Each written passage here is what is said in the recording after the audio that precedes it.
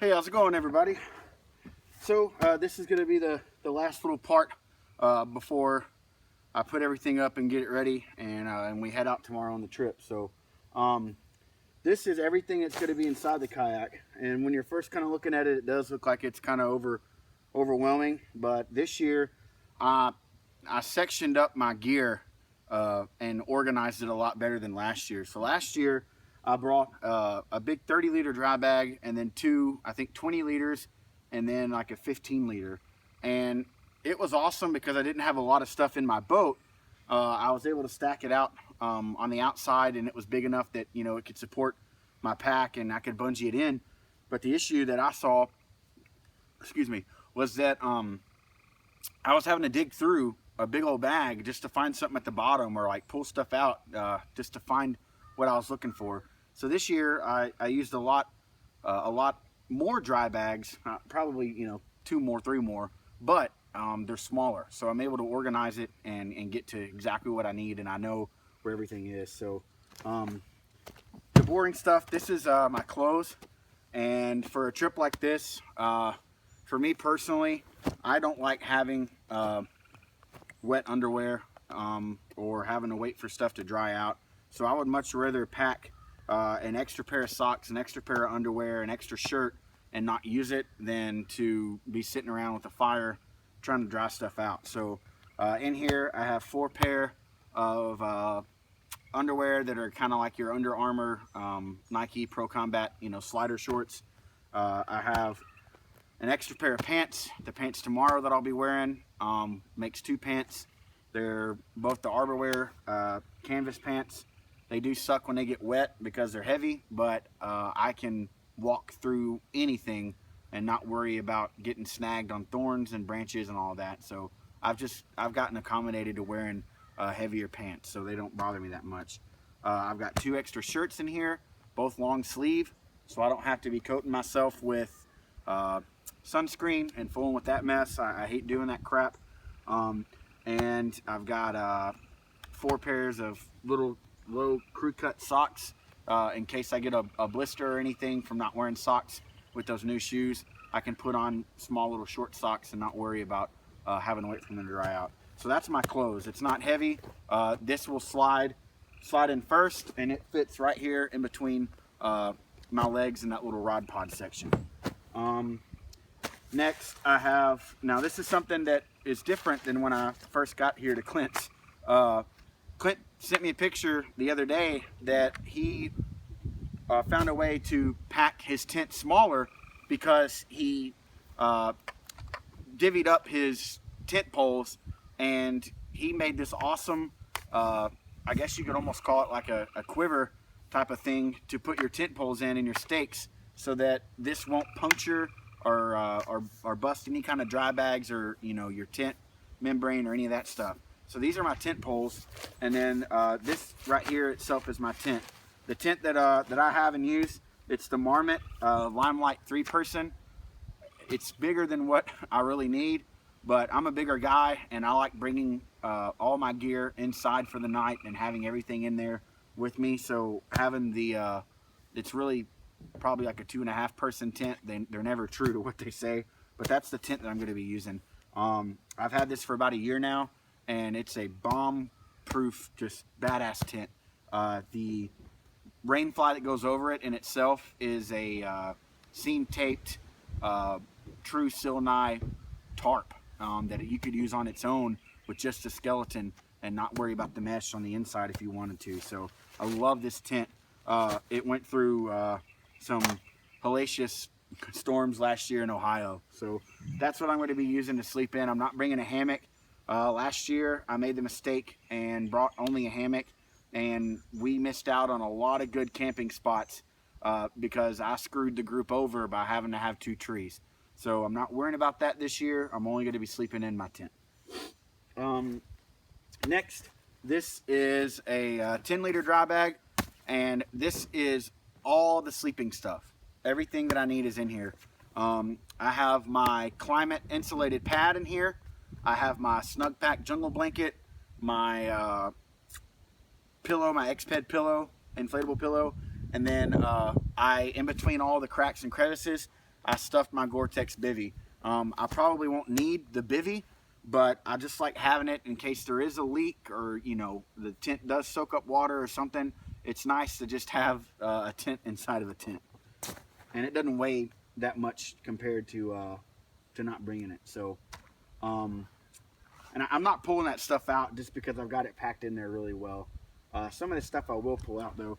So like this is the EarthPak Dry Bag. It's a 10 liter, and this is my cooking kit. I was kind of hesitant to bring this just because of the weight, but I just like it too much not to. This is my Firebox Gen 2, the full size. I did bring it with me just in case I want to cook and have something to cook over the fire instead of using my propane stove.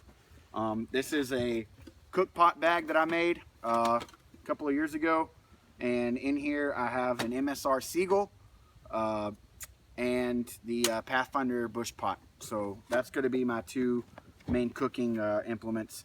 And I could probably get away with just the bush pot and my Totes titanium cup, but I like having that MSR just in case I don't know, we catch a fish or something. It's a way to fry something up in. So this is my cook pot bag, and like I said, I've got it divided up to where I can just grab this, and everything I need to cook with, it's in here, and I can grab my bucket. There's my food, and then all this other stuff I don't have to touch. In this bag, this is a bigger bag. This is a 30-liter dry bag, and in here is kind of like a all hell's broke loose and you need to get under a tarp and kind of an emergency shelter kind of thing. And last year taught me a lesson with the river itself. Working on the river, I know how fast the water can come up in a day with a rainstorm, but the other thing is just being in the rain constantly, it can really wear on you.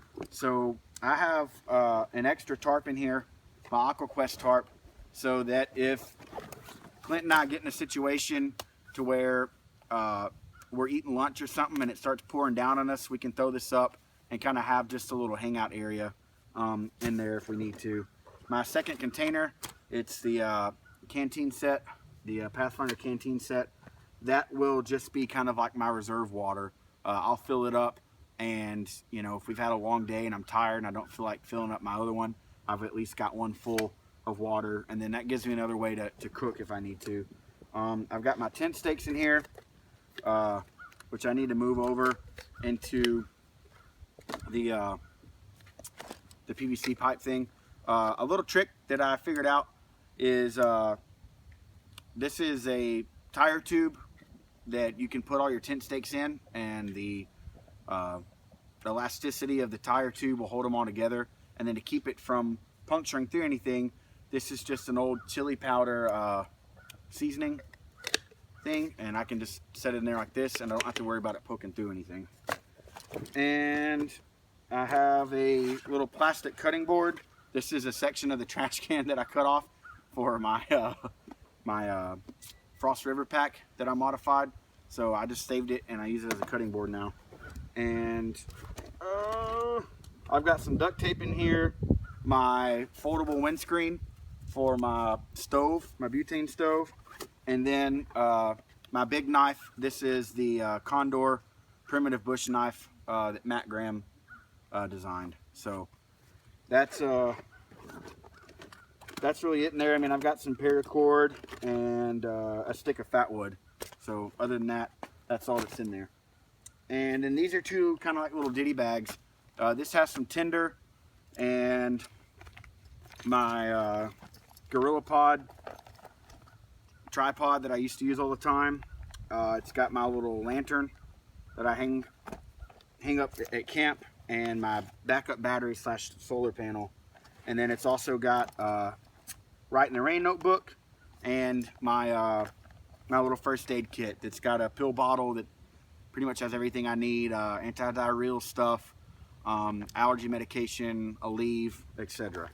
So this will, once I put everything else in here, this will literally just sit right underneath the rod pod top, and I can just get to it real quick if I need to. And then this is what will be on the outside next to me, tethered to the kayak, and it's this will be in my life jacket, but it's just got my sunglasses, a pair of gloves, a cigarette lighter, a ferro rod, and I will put my phone and the tripod extension thing that my phone's on right now inside this. So other than that, it seems like a lot of stuff, but it all fits in here really easily. There's nothing that I have to worry about as far as stacking stuff outside. I do have a fishing rod inside here.